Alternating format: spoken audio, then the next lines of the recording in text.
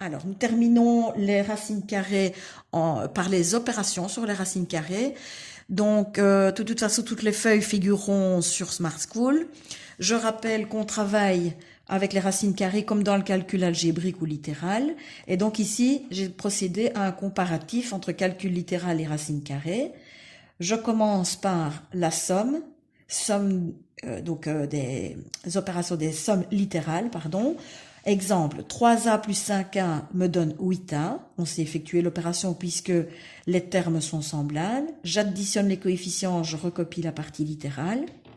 Si au lieu de a, j'écris radical 2, donc j'ai 3 radical 2 plus 5 radical 2, je peux effectuer l'opération. On dit que les radicaux sont semblables. J'additionne les coefficients et je recopie le radical. Pareil ici, on a 7a moins 1. Je peux sous-entendre le coefficient 1. 7a moins 1a me donne 6a. Pareil avec 7 radical 2 moins radical 2, sous-entendu c'est 7 radical 2 moins 1 radical 2 qui donne 6 radical 2. Par contre, si j'ai 3a plus 2b, je ne sais rien faire puisque les termes ne sont pas semblables. 3 radical 2 plus 2 radical 3, les radicaux ne sont pas semblables, donc je ne sais rien faire non plus. Donc attention, une somme de radicaux ne peut être effectuée que si j'ai des radicaux semblables. Si je n'ai pas de radicaux semblables, je ne sais rien faire. Par contre, un produit algébrique est toujours réductible, donc on peut toujours le calculer. Donc un produit de radicaux pourra toujours être effectué également. 3a fois 5b. Je multiplie les coefficients entre eux pour obtenir 15 et j'écris les lettres par ordre alphabétique. Pareil avec les radicaux, je multiplie les coefficients entre eux, donc 3 fois 5, 15. Radical 2 fois radical 3, j'écris radical 2 fois 3, ce qui donne 15 radical 6. 3a fois 5a, donc cette fois-ci, j'ai la même partie littérale. Des puissances apparaissent, j'ai 15a carré. Si j'ai 3 radical 2 fois 5 radical 2, 3 fois 5, 15, radical 2 fois radical 2, soit j'écris radical 2 fois 2, autrement dit radical 4, ou tout simplement radical 2 au carré. Le carré et le radical se neutralisent, j'ai donc 15 fois 2, 30.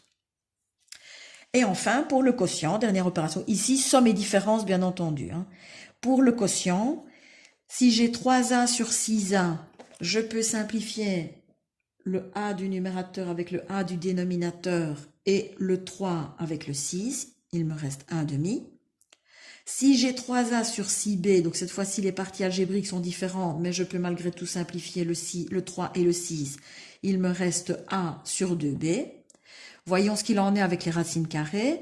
Si j'ai 3 radical 2 sur 6 radical 2, j'ai exactement le même radical au numérateur, au dénominateur, plus le 3 sixième que je simplifie, donc il me reste 1 demi.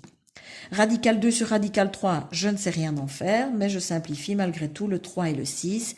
Il me reste sous-entendu 1 et 2. Attention, on ne peut pas laisser de radicaux au dénominateur. Dénominateur que je vais noter par un D majuscule. Donc on dit qu'il faut rendre le dénominateur rationnel. Pour rendre le dénominateur rationnel, il faut donc se débarrasser de tous les radicaux au dénominateur. Donc je vous propose ici 3 cas possibles, du plus simple au plus particulier, si je puis dire. Si j'ai 1 sur radical 3, donc je ne peux pas garder radical 3 au dénominateur. Pour m'en débarrasser, il suffit de multiplier par radical 3 lui-même. Donc en fait, je me débarrasse de ce qui me dérange en multipliant par le nombre par lui-même.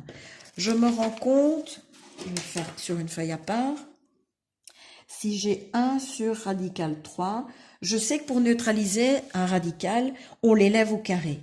Mais si j'élève au carré le dénominateur, je dois le faire également au numérateur. Mais que se passe-t-il si j'élève au carré le 1? 1 au carré, 1. Radical 3 au carré, j'aurai radical 3 au carré, autrement dit 3. Donc j'aurai 1 tiers.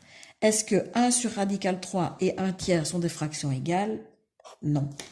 Donc, élevé au carré n'est pas autorisé. Je n'obtiens pas une fraction égale. Par contre, ce qui revient à élever au carré, si par exemple je prends le nombre x, je l'élève au carré, j'obtiens x carré.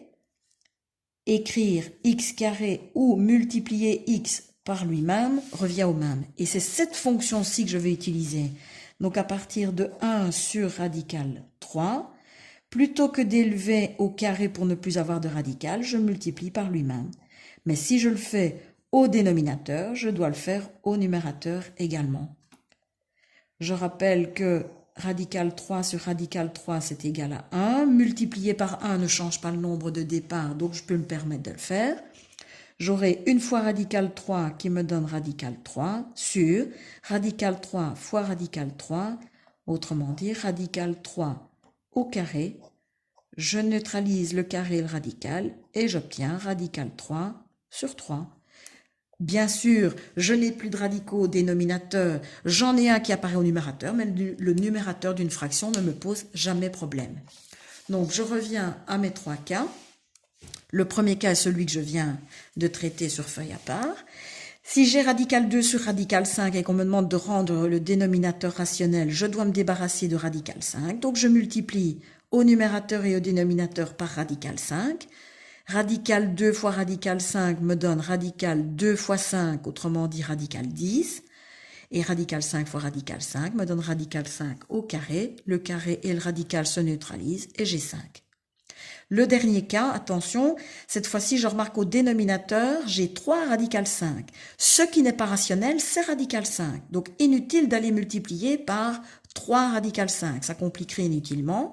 Je ne multiplie que par ce qui est irrationnel. J'aurai donc exactement la même chose au numérateur, radical 10, et au dénominateur, je vais avoir 3 fois radical 5 au carré, autrement dit 3 fois 5, 15. Mon dénominateur est donc devenu rationnel puisqu'on a éliminé la racine carrée qui le rendait irrationnel.